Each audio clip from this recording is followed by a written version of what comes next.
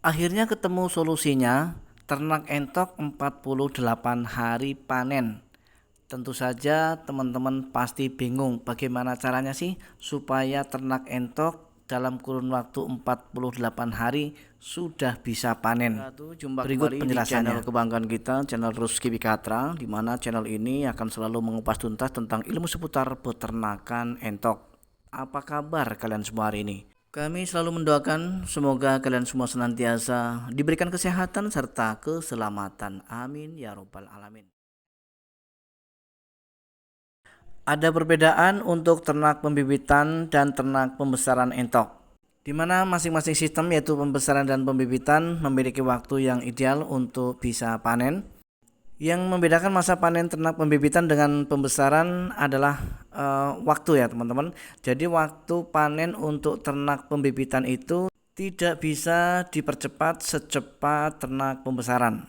Nah, kenapa? Karena ternak pembibitan itu yang akan kita dapatkan adalah hasil dari produksi telur.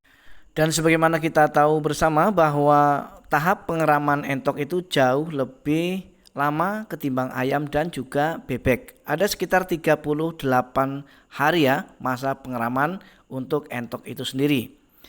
Sedangkan untuk siklus per satu kali panen itu tidak hanya kita menunggu masa mengeramnya, tetapi kita juga harus hitung masa bertelur dan juga masa pemulihan atau masa istirahat terhitung dari mulai menetas sampai kepada bertelur kembali.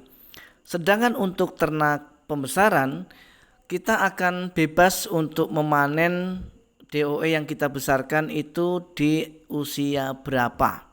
Kita akan bebas teman-teman. Mau kita jual usia 1 minggu, mau kita jual usia 3 minggu, mau kita jual usia 1 bulan, 2 bulan, bahkan bisa kita jual di usia 2 bulan lebih.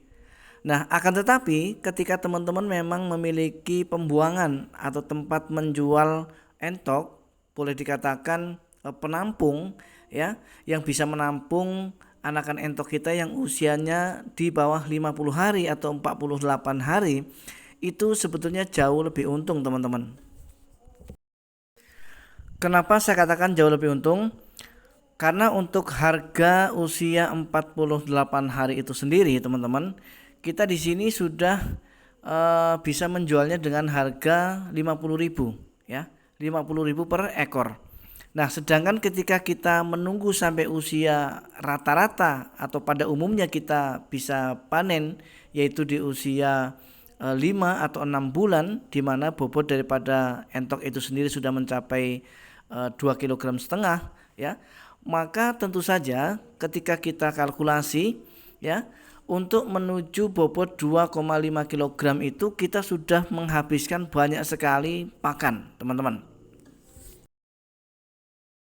Sedangkan ketika kita mau panen di usia 7 bulan atau 6 bulan ke atas itu dengan bobot 2,5 kg, yang mana harga per kilogramnya di sini masih menginjak sekitar 50.000 per kilogramnya, maka untuk bobot 2,5 kg angkanya atau ketika kita rupiahkan itu menjadi 125.000.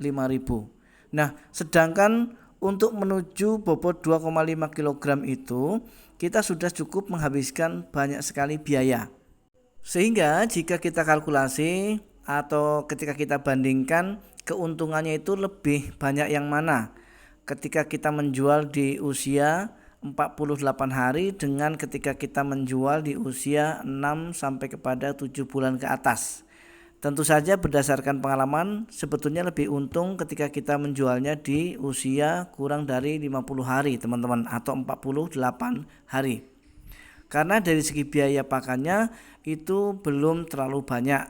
Sedangkan harga jualnya sudah bisa mencapai 50.000 per ekor ya.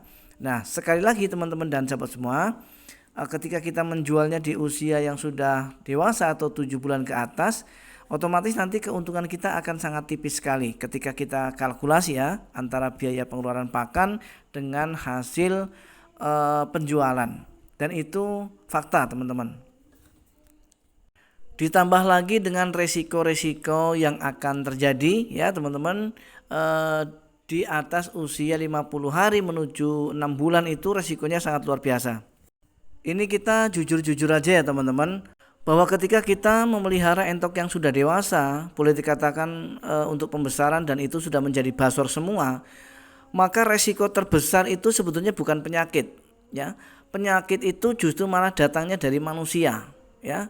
Jadi kalau penyakit yang bersifat mematikan itu kami rasa kami sudah bisa mengantisipasinya. Nah, namun kalau penyakitnya adalah manusia atau maling, ya, bisa dikatakan begitu, ini sulit teman-teman, karena ilmu maling itu selangkah lebih maju dari ilmu kita meskipun kita sudah safety. Maling itu cerdas teman-teman. Jadi kalau entok-entok kita masih kecil-kecil seperti ini, itu dihindari oleh maling, ya teman-teman, karena mereka bingung mau menjual kemana. Maka target prioritas mereka adalah entok-entok yang sudah dewasa atau yang sudah punya timbangan, artinya 2 kilo lebih teman-teman. Kenapa demikian?